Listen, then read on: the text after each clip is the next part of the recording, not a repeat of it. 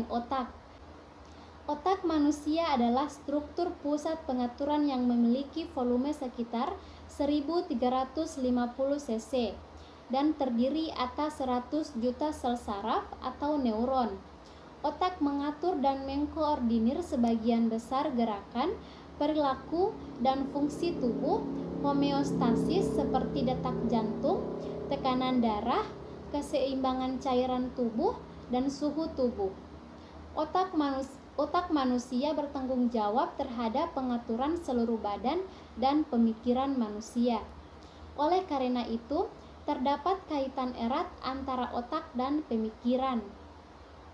Otak dan sel saraf di dalamnya dipercayai dapat mempengaruhi kognisi manusia. Pengetahuan mengenai otak mempengaruhi perkembangan psikologi kognitif.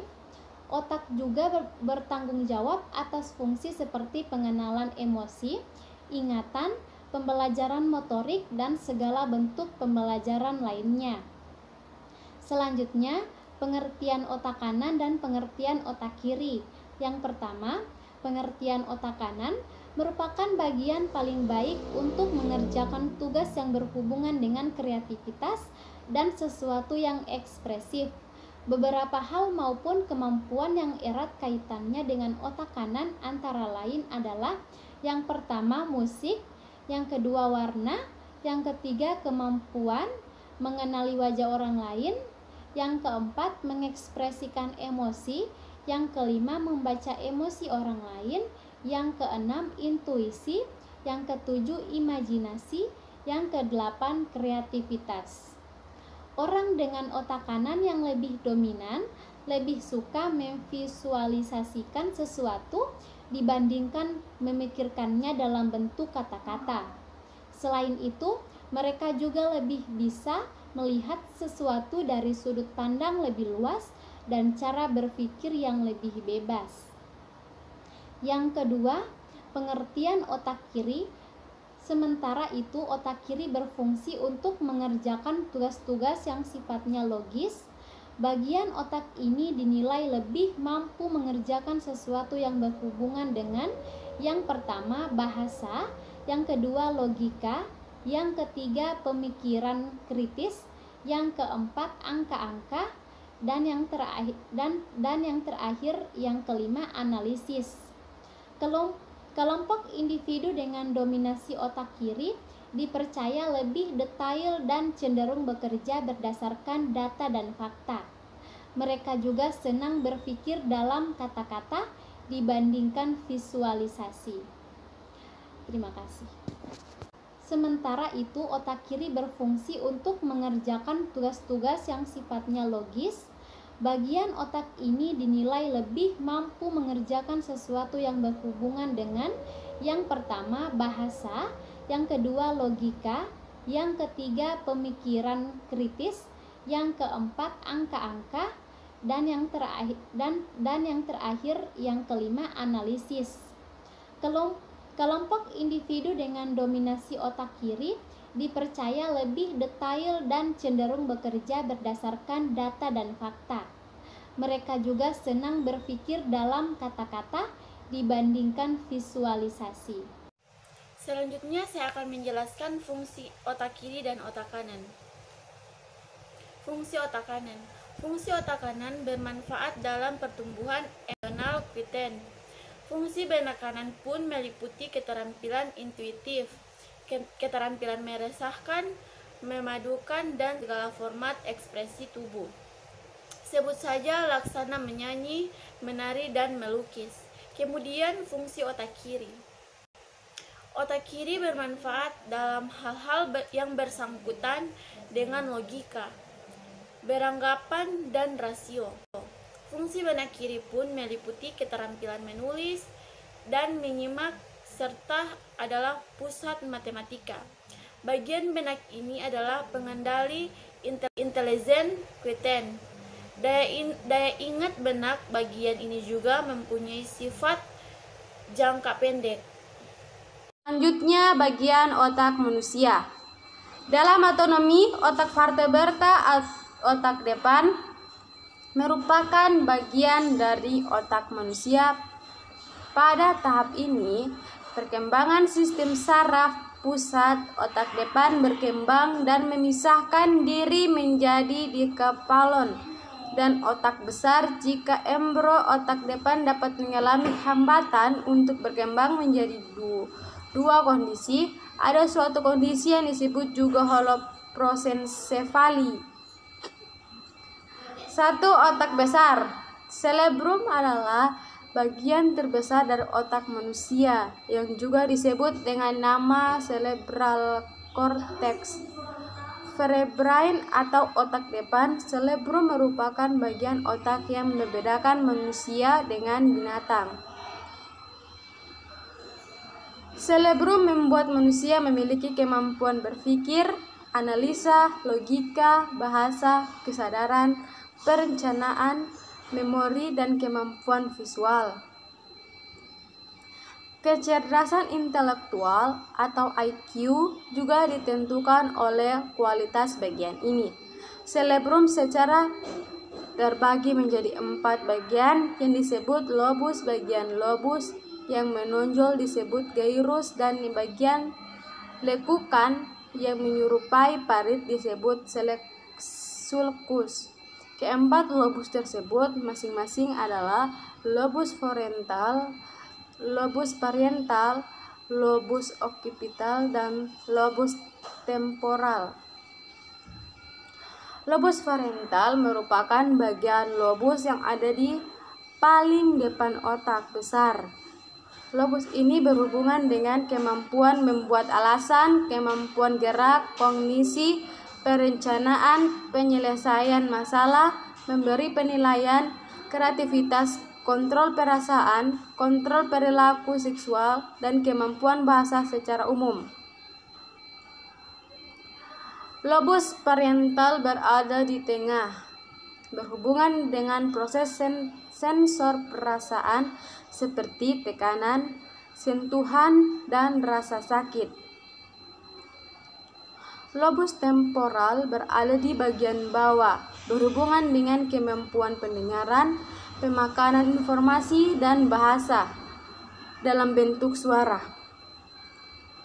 Lobus occipital adalah di bagian paling belakang, berhubungan dengan rangsangan visual yang memungkinkan manusia mampu melakukan interpretasi terhadap objek yang ditangkap oleh retina mata. Apabila diuraikan lebih detail, setiap lobus masih bisa dibagi menjadi beberapa area yang mempunyai fungsi masing-masing, seperti terlihat pada. Setelah dibagi menjadi 4 lobus, cerebrum otak besar juga bisa dibagi menjadi 2 belahan, yaitu belahan otak kanan dan belahan otak kiri. Kedua belahan ini berhubungan oleh kabel-kabel saraf di bagian bawahnya. Secara umum, belahan otak kanan mengontrol sisi kiri tubuh dan belahan otak kiri mengontrol sisi kanan tubuh. Otak kanan terlibat dalam kreativitas dan kemampuan artistik, sedangkan otak kiri untuk logika dan berpikir rasional. Untuk lebih jelasnya nanti akan dibahas pada pembahasan poin kedua, yaitu otak tengah. Otak tengah merupakan salah satu bagian otak yang memiliki struktur satu tektum, terdiri dari 2 pasang kolikuli yang disebut corpora codicamelmina. Kolikuli rendah yang terlibat dalam proses sinyal yang diterima dari berbagai nukleus batang otak halapus diproyeksikan menuju inti geniculata medial. Penyerahan tersebut menonjol korteks pendengaran primer, bahasa, korteks pendengaran primer. Kolikuli unggul melayani kontrol gerakan visual dan mata sedini. 2. Ganggang bunga otak. Tegmentum merupakan sebuah jaringan multisinapsis yang memiliki hubungan dalam homeostasis dan sistem refleks lintasan. Ketiga, ada otak belakang. Otak belakang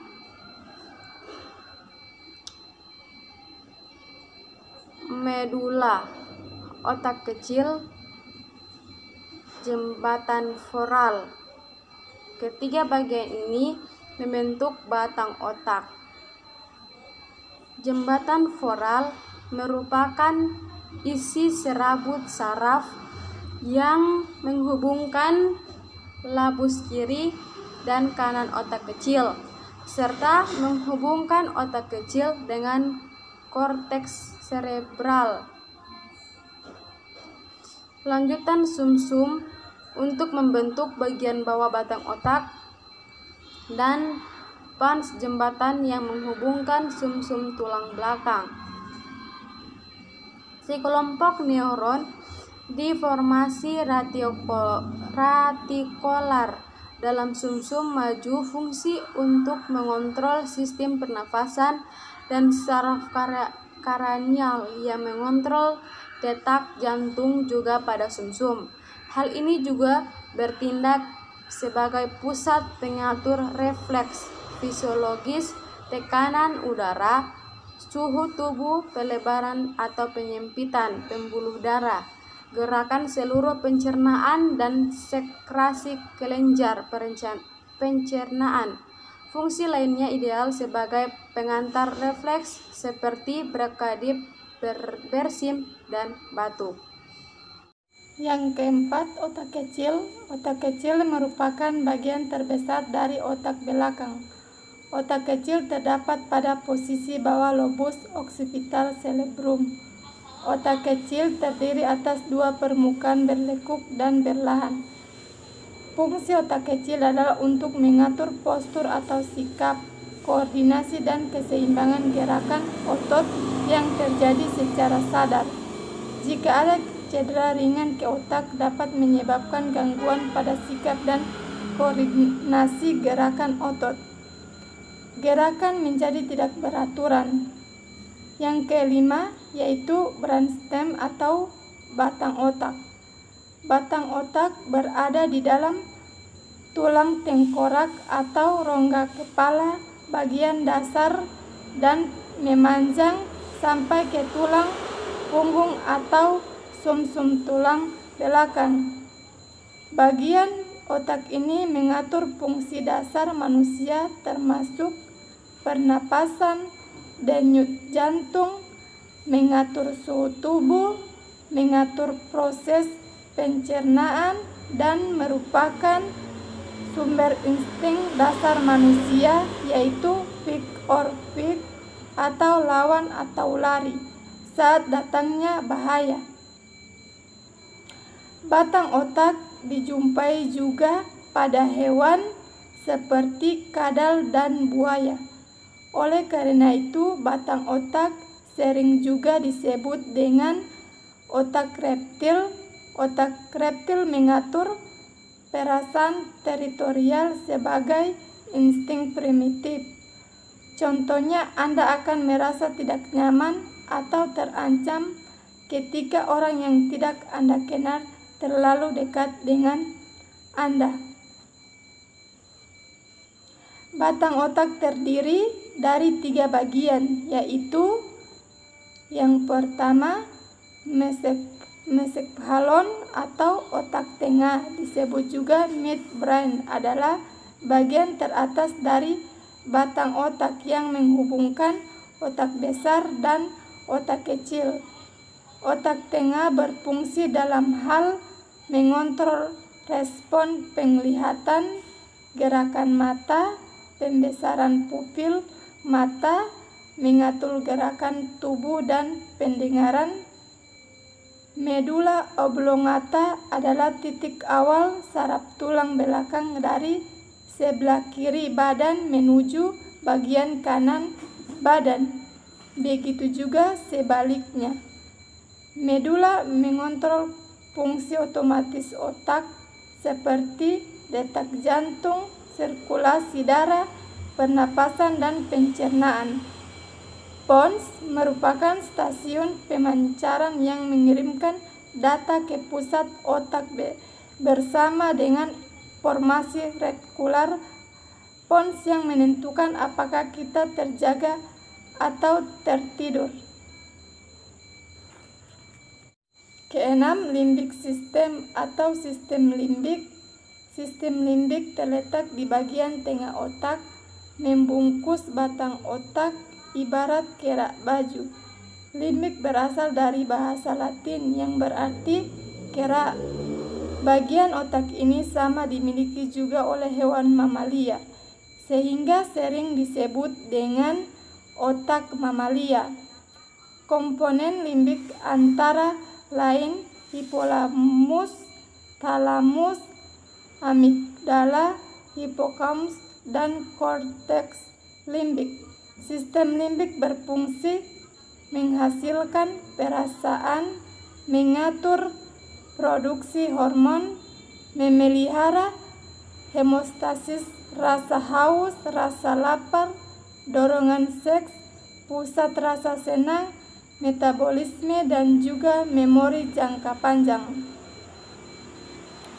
Bagian terpenting dari limbik sistem adalah hipotalamus, yang salah satunya fungsi adalah bagian memutuskan mana yang perlu mendapatkan perhatian dan mana yang tidak. Misalnya, Anda lebih memperhatikan anak Anda sendiri dibandingkan dengan anak orang lain. Sistem limbik menyimpan banyak informasi yang tak tersentuh oleh indera. Ialah yang lazim disebut sebagai otak emosi atau tempat bersembayamnya rasa cinta dan kejujuran.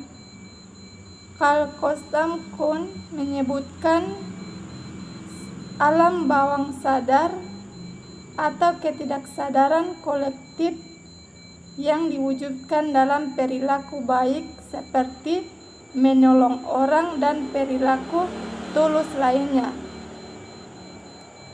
Leduc mengistilahkan sistem limbik ini sebagai tempat duduk bagi semua nafsu manusia, tempat bermuaranya cinta, penghargaan, dan kejujuran. 7. Ganglia basalis. Ganglia basalis ialah sekelompok sel saraf yang berukuran besar dan terletak di sekeliling thalamus. Bagian ini yang sangat urgen dalam menatap pergerakan tubuh manusia. Ganglia basal dihubungkan dengan kebenak bagian tengah oleh dua komponen yang disebut reticuli atau sel saraf berwarna merah serta substansia nigra.